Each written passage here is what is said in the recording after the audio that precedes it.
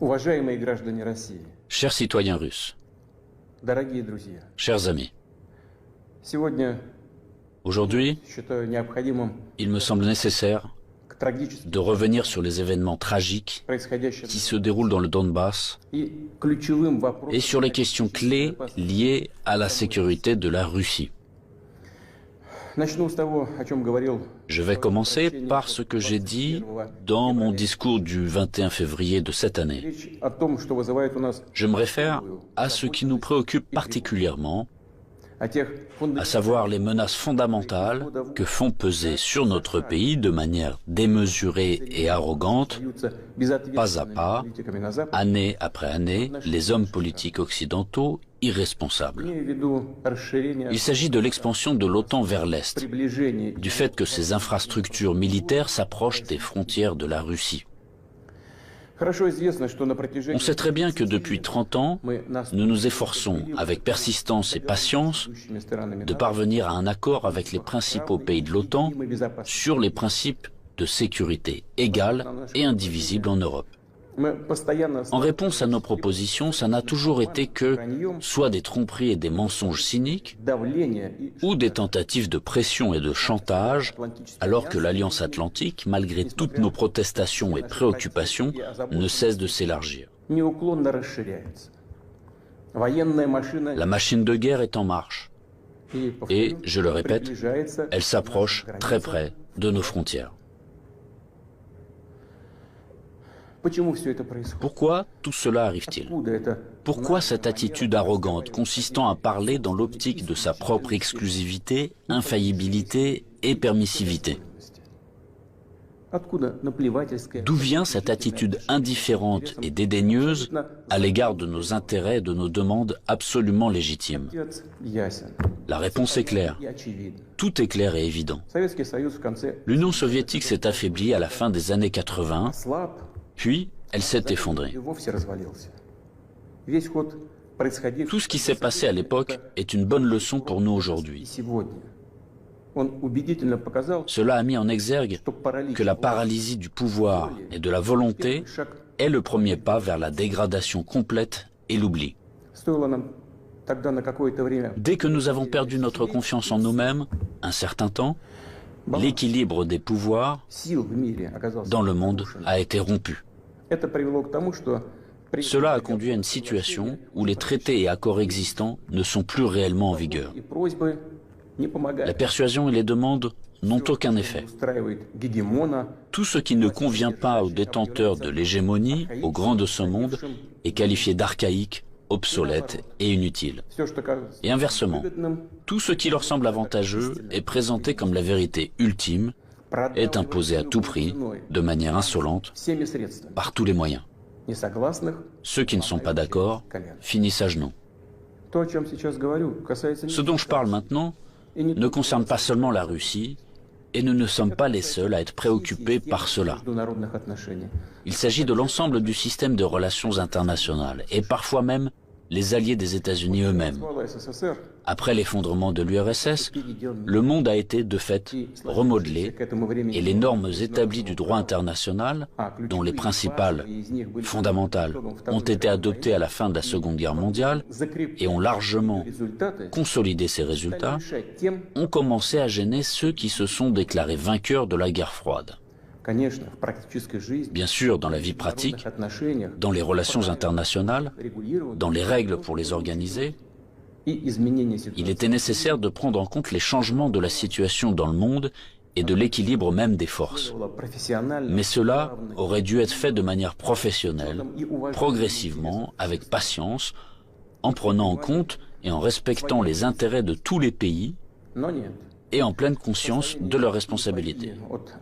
Or non, en raison de l'euphorie due à la supériorité absolue, d'une sorte de forme moderne d'absolutisme, et dans le contexte d'un faible niveau de culture générale et de fatuité de ceux qui ont préparé, pris et promu des décisions qui étaient rentables uniquement pour eux-mêmes, la situation a pris une tournure différente. Voici des exemples tout trouvés.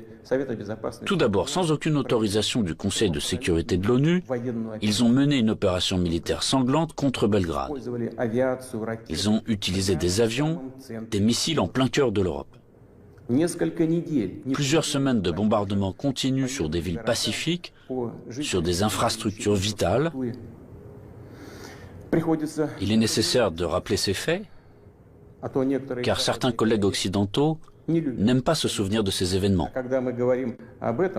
Et quand nous en parlons, ils préfèrent faire référence non pas aux normes du droit international, mais aux circonstances qu'ils interprètent comme ils l'estiment nécessaires. Puis est venu le tour de l'Irak, de la Libye et de la Syrie. L'utilisation illégitime de la force militaire contre la Libye, la dénaturation de toutes les décisions du Conseil de sécurité de l'ONU sur la question libyenne ont conduit à la destruction complète de l'État, au fait qu'un énorme foyer de terrorisme international est apparu, au fait que le pays s'est trouvé plongé dans une catastrophe humanitaire dans l'abîme de la guerre civile qui a duré plusieurs années et se poursuit encore, la tragédie à laquelle des centaines de milliers, des millions de personnes ont été condamnées, non seulement en Libye, mais dans toute cette région, a provoqué un exode migratoire massif de l'Afrique du Nord et du Moyen-Orient vers l'Europe. Un sort similaire a été réservé à la Syrie.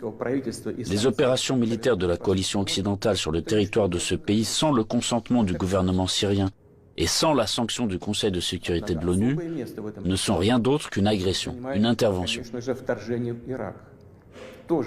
Cependant, l'invasion de l'Irak, qui n'avait aucun fondement juridique non plus, occupe une place particulière. Comme prétexte, ils ont choisi les prétendues informations fiables dont auraient disposé les États-Unis sur la présence d'armes de destruction massive en Irak. Pour preuve, le secrétaire d'État américain agitait publiquement devant le monde entier un tube rempli de poudre blanche assurant tout le monde qu'il s'agissait d'une arme chimique en cours de développement en Irak. Et puis il s'est avéré que tout cela était une manipulation, du bluff. Il n'y avait pas d'armes chimiques en Irak. C'est incroyable. Surprenant, mais le fait est là. Il y a eu des mensonges au plus haut niveau étatique et du haut de la tribune de l'ONU. Et en conséquence de cela, il y a eu des sacrifices énormes, des destructions, une progression incroyable de terrorisme. En fait, on a l'impression que pratiquement partout, dans de nombreuses régions dans le monde, là où l'Occident vient mettre en place son ordre, cela se termine en blessures sanglantes qui ne cicatrisent pas, en plaies que sont le terrorisme international et l'extrémisme. Tout ce que j'ai évoqué en est l'exemple le plus flagrant, mais ce n'est en aucun cas le seul exemple du mépris du droit international. S'ajoutent à cela les promesses faites à notre pays de ne pas étendre l'OTAN d'un pouce vers l'Est. Je le répète, ils ont menti, ou en termes populaires, ils nous ont tout simplement arnaqués. Oui, on entend souvent dire que la politique est quelque chose de sale, peut-être, mais quand même pas à ce niveau-là.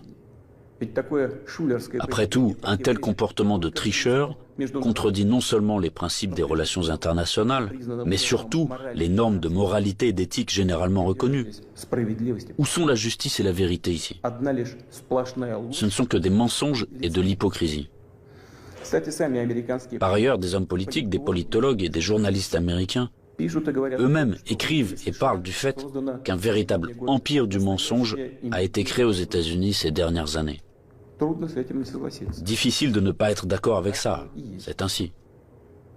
Mais il ne faut pas jouer les modestes. Les États-Unis restent un grand pays, une puissance avec un rôle moteur.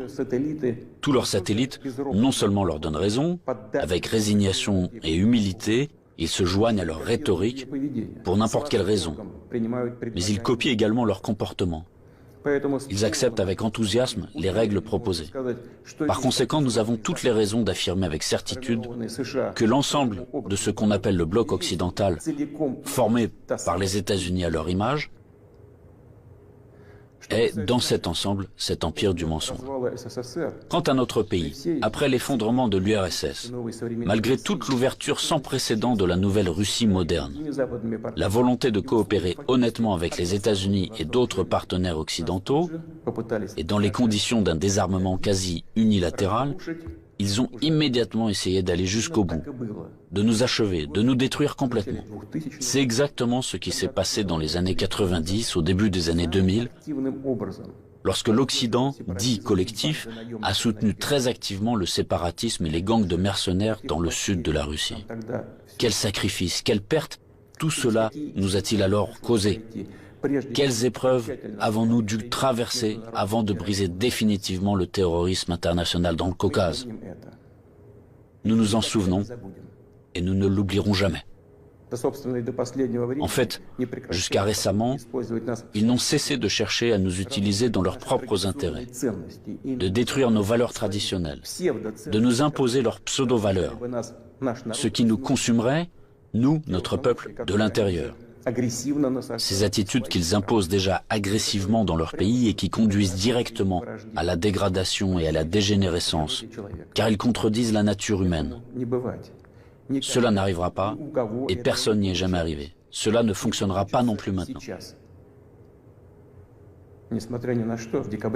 Malgré tout, en décembre 2021, nous avons une nouvelle fois tenté de nous mettre d'accord avec les États-Unis et leurs alliés sur les principes pour assurer la sécurité en Europe et le non-élargissement de l'OTAN. Tout cela en vain. La position américaine ne change pas. Ils ne considèrent pas comme nécessaire de négocier avec la Russie sur cette question clé pour nous. Ils poursuivent leurs propres objectifs et négligent nos intérêts. Et bien sûr, dans cette situation, nous nous demandons, que faire ensuite? À quoi s'attendre? L'histoire nous apprend qu'en 1940 et au début de 1941, l'Union soviétique a tenté d'empêcher, ou du moins de retarder, la guerre par tous les moyens. Pour ce faire, elle a essayé littéralement jusqu'à la dernière minute de ne pas provoquer un agresseur potentiel, elle n'a pas pris ou reporté les mesures les plus nécessaires et les plus évidentes visant à se préparer et repousser une attaque inévitable. Et les mesures qui ont finalement été prises étaient dramatiquement tardives.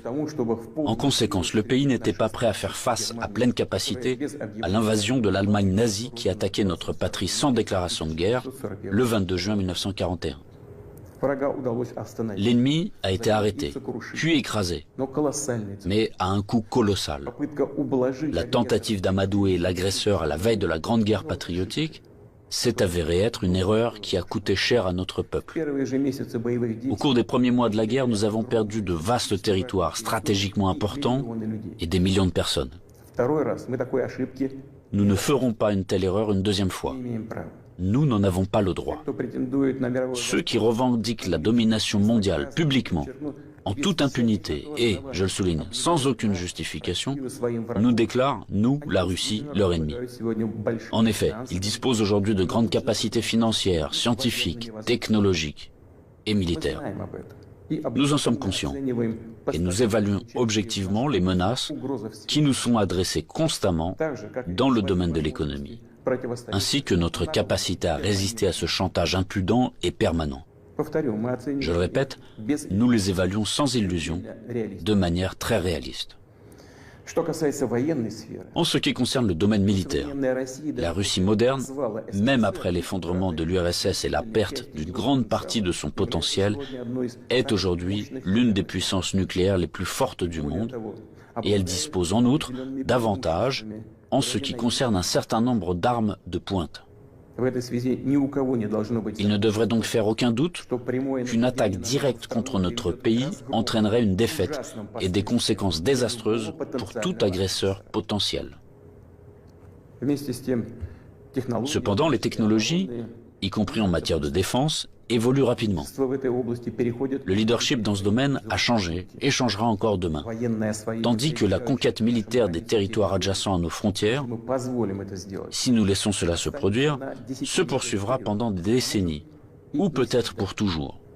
Et cela constituera une menace toujours plus grande et totalement inacceptable pour la Russie. Aujourd'hui même, alors que l'OTAN s'étend vers l'Est, la situation pour notre pays se dégrade et devient chaque année plus dangereuse. En outre, ces derniers jours, les dirigeants de l'OTAN ont explicitement évoqué la nécessité d'accélérer de forcer l'avancée des infrastructures de l'Alliance vers les frontières de la Russie. En d'autres termes, ils renforcent leur position. Nous ne pouvons plus nous contenter de regarder ce qui se passe. Ce serait complètement irresponsable de notre part. La poursuite de l'expansion de l'infrastructure de l'Alliance Atlantique, la conquête militaire des territoires de l'Ukraine qui a commencé, tout cela est inacceptable pour nous. Le problème, bien sûr, ce n'est pas la structure de l'OTAN elle-même. Elle n'est qu'un instrument de la politique étrangère des États-Unis. Le problème est que sur les territoires qui nous sont adjacents, je vous le fais remarquer, sur nos propres territoires historiques, une anti-Russie est en train d'être créée, qui a été placée sous un contrôle extérieur total, qui est colonisée de manière active par les forces armées des pays de l'OTAN, et où il y a un afflux d'armes les plus modernes. Pour les États-Unis et leurs alliés, il s'agit de ce qui est qualifié de politique de dissuasion de la Russie, de dividendes géopolitiques évidents. Et pour notre pays, c'est finalement une question de vie ou de mort. La question de notre avenir historique en tant que peuple. Ce n'est pas une exagération, c'est la vérité. C'est une menace réelle, non seulement pour nos intérêts, mais pour l'existence même de notre État, pour sa souveraineté. C'est cette même ligne rouge dont on a parlé à plusieurs reprises. Ils l'ont franchie. Par conséquent, il faut parler de la situation dans le Donbass. Nous voyons que les forces qui ont effectué un coup d'État en Ukraine en 2014 ont pris le pouvoir et le conservent, de fait, à l'aide de procédures électorales décoratives et ont finalement renoncé à un règlement pacifique du conflit. Pendant 8 années infiniment longues, nous avons fait tout notre possible pour que la situation soit résolue par des moyens pacifiques et politiques. Tout cela en vain. Comme je l'ai dit dans mon précédent discours, on ne peut pas regarder sans compassion ce qui se passe là-bas. Il n'était tout simplement plus possible de supporter tout cela. Il était nécessaire de mettre fin immédiatement à ce cauchemar, au génocide des millions de personnes qui y vivent, dont le seul espoir est la Russie, dont le seul espoir est en nous. Ce sont ces aspirations, ces sentiments, la douleur des gens qui ont été pour nous le principal motif pour décider de reconnaître les républiques populaires du Donbass. Voilà ce qui me paraît important de souligner davantage. Les principaux pays de l'OTAN, pour parvenir à leurs propres objectifs, soutiennent en Ukraine les nationalistes extrêmes et les néo-nazis, qui à leur tour ne pardonneront jamais aux Criméens, aux habitants de Sébastopol, leur libre choix, à savoir la réunification avec la Russie.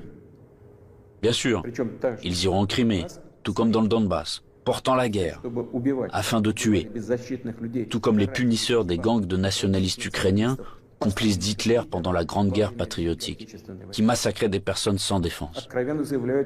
Et ils déclarent aussi ouvertement revendiquer un certain nombre d'autres territoires russes. Tout le cours des événements et l'analyse des informations reçues montrent que l'affrontement de la Russie avec ses forces est inévitable. Ce n'est qu'une question de temps. Ils se préparent, ils attendent le moment favorable. Maintenant, ils revendiquent également la possession d'armes nucléaires. Nous ne laisserons pas faire ça. Comme je l'ai déjà mentionné auparavant, après l'effondrement de l'URSS, la Russie a accepté de nouvelles réalités géopolitiques. Nous respectons et nous traiterons avec respect tous les pays nouvellement formés dans l'espace post-soviétique. Nous respectons et respecterons leur souveraineté, comme en témoigne l'aide que nous avons apportée au Kazakhstan, qui a fait face à des événements tragiques et à un défi lancé à son statut d'État et à son intégrité. Mais la Russie ne peut pas se sentir en sécurité, se développer, exister avec une menace constante venant du territoire de l'Ukraine contemporaine. Je rappelle que dans les années 2000-2005, nous avons riposté militairement aux terroristes du Caucase, défendu l'intégrité de notre État, préservé la Russie. En 2014, nous avons soutenu les Criméens et les résidents de Sébastopol. En 2015, nous avons utilisé les forces armées pour mettre un obstacle sûr à l'infiltration de terroristes de Syrie en Russie. Nous n'avions pas d'autre moyen de nous protéger. La même chose se produit à l'heure actuelle. On ne nous a tout simplement pas laissé d'autres possibilités de protéger la Russie, notre peuple, à l'exception de celles que nous devrons utiliser aujourd'hui. Les circonstances exigent que nous prenions des mesures décisives et immédiates. Les républiques populaires du Donbass ont demandé de l'aide à la Russie. À cet égard, conformément à l'article 51, partie 7 de la Charte des Nations Unies, conformément à l'autorisation votée par le Sénat de la Fédération de Russie et en application des traités d'amitié et d'assistance mutuelle avec la République populaire de Donetsk et la République populaire de Lugansk, ratifiés par l'Assemblée fédérale le 22 février dernier, j'ai décidé de mener une opération militaire spéciale. Son objectif est de protéger les personnes qui souffrent des abus et du génocide de la part du régime de Kiev depuis 8 ans. À cette fin, nous nous efforcerons de démilitariser et de dénazifier l'Ukraine et de poursuivre en justice ceux qui ont commis des crimes nombreux et sanglants contre des civils, y compris des citoyens de la Fédération de Russie. Dans le même temps, nous ne planifions pas d'occuper des territoires ukrainiens. Nous n'avons pas l'intention d'imposer quoi que ce soit à qui que ce soit par la force. Cependant, nous entendons de plus en plus souvent dire en Occident que les documents signés par le régime totalitaire soviétique qui instaurèrent les résultats de la Seconde Guerre mondiale ne devraient plus être appliqués. Eh bien, quelle est la réponse à cette question? Les résultats de la Seconde Guerre mondiale sont sacrés, tout comme les sacrifices de notre peuple sur l'autel de la victoire sur le nazisme. Et cela ne contredit pas les hautes valeurs des droits de l'homme et des libertés fondées sur les réalités de toutes les décennies d'après-guerre. Cela n'annule pas non plus le droit des peuples à l'autodétermination stipulé par l'article 1er de la Charte des Nations Unies. Je tiens à vous rappeler que, ni lors de la création de l'URSS, ni après la Seconde Guerre mondiale, personne n'a jamais demandé aux habitants de certains territoires faisant partie de l'Ukraine d'alors comment ils voulaient eux-mêmes organiser leur vie. Notre politique est fondée sur la liberté de choix, permettant à chacun de déterminer en toute indépendance son propre avenir et celui de ses enfants. Et nous considérons qu'il est important que ce droit, le droit de faire son choix, puisse être exercé par tous les peuples vivant sur le territoire de l'Ukraine contemporaine, par tous ceux qui le souhaitent. À cet égard, je m'adresse également aux citoyens ukrainiens. En 2014, la Russie a été obligée de protéger les habitants de Crimée et de Sébastopol de ceux que vous traitez vous-même de nazis. Les habitants de Crimée et de Sébastopol ont choisi de rejoindre leur patrie historique, la Russie, et nous l'avons soutenu. Je le répète, il était tout simplement impossible de faire autrement. Les événements d'aujourd'hui ne sont pas liés à la volonté de porter atteinte aux intérêts de l'Ukraine et du peuple ukrainien. Ils sont liés à la nécessité de protéger la Russie elle-même contre ceux qui ont pris l'Ukraine en otage et tentent de l'utiliser contre notre pays et son peuple. Je le répète, nos actions relèvent de l'autodéfense, contre les menaces qui pèsent sur nous et contre un désastre encore plus grave que celui d'aujourd'hui. Aussi difficile que cela puisse être, je vous demande de le comprendre et je vous appelle à la coopération pour tourner au plus vite cette page tragique et avancer ensemble, pour ne permettre à personne de s'immiscer dans nos affaires, dans nos relations, mais les développer de manière indépendante, afin que cela réunisse les conditions nécessaires à la résolution de tous les problèmes et, malgré l'existence de frontières entre les États, nous renforcerait de l'intérieur comme si nous ne formions qu'un. Je crois en cela. Je crois que tel est notre avenir. Je dois également m'adresser aux militaires des forces armées ukrainiennes. Chers camarades, ce n'est pas pour que les néo-nazis d'aujourd'hui prennent le pouvoir en Ukraine que vos pères, vos grands-pères, vos arrière-grands-pères se sont battus contre les nazis en défendant notre patrie commune. Vous avez prêté serment d'allégeance au peuple ukrainien et non à la junte hostile au peuple qui pille l'Ukraine et persécute ce même peuple. Ne suivez pas ces ordres criminels. Je vous exhorte à déposer les armes immédiatement et à rentrer chez vous. Je tiens à le préciser, tous les militaires de l'armée ukrainienne qui obéissent à cette exigence pourront librement quitter la zone des hostilités et retourner auprès de leur famille. Une fois de plus, j'insiste fortement. Toute responsabilité pour une éventuelle effusion de sang reposera entièrement sur la conscience du régime au pouvoir sur le territoire de l'Ukraine. Maintenant, quelques mots importants, très importants, pour ceux qui seraient tentés de s'ingérer dans les événements en cours. Quiconque essaiera d'interférer contre nous, et plus encore de créer des menaces pour notre pays, pour notre peuple, doit savoir que la réponse de la Russie sera immédiate et mènera à des conséquences auxquelles vous n'avez jamais fait face dans votre histoire. Nous sommes prêts à n'importe quelle évolution de la situation. Toutes les décisions nécessaires à cet égard ont été prises.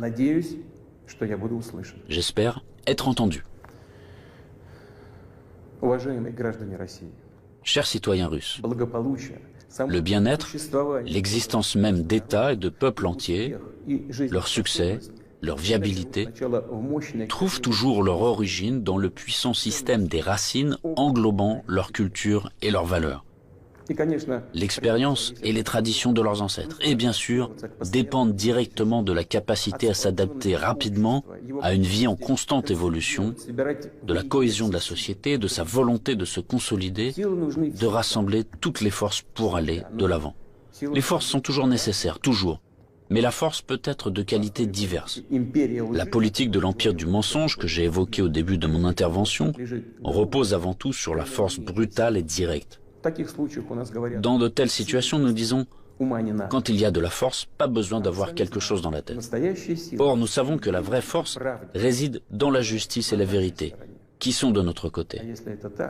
Et s'il en est ainsi, alors il est difficile de ne pas être d'accord avec le fait que c'est la force et la volonté de se battre qui sont les fondements de l'indépendance et de la souveraineté, les fondations nécessaires et uniquement sur lesquelles on peut construire son avenir de manière fiable, construire sa maison, fonder sa famille, sa patrie. Chers compatriotes, je suis convaincu que les soldats et les officiers des forces armées russes fidèles à leur pays accompliront leur devoir avec professionnalisme et courage. Je ne doute pas que tous les niveaux du pouvoir et les spécialistes responsables de la stabilité de notre économie, du système financier et du domaine social, ainsi que les dirigeants de nos entreprises et tous les milieux d'affaires russes travailleront d'une manière harmonieuse et efficace. Je compte sur une position consolidée patriotique de tous les partis représentés au Parlement et des forces publiques. Après tout, comme cela a toujours été dans l'histoire, le destin de la Russie se trouve entre les mains fiables de notre peuple multinational. Cela signifie que les décisions adoptées seront exécutées, que nos objectifs seront atteints et que la sécurité de notre patrie sera garantie d'une manière sûre. Je crois en votre soutien et en la force invincible que nous donne l'amour de la patrie.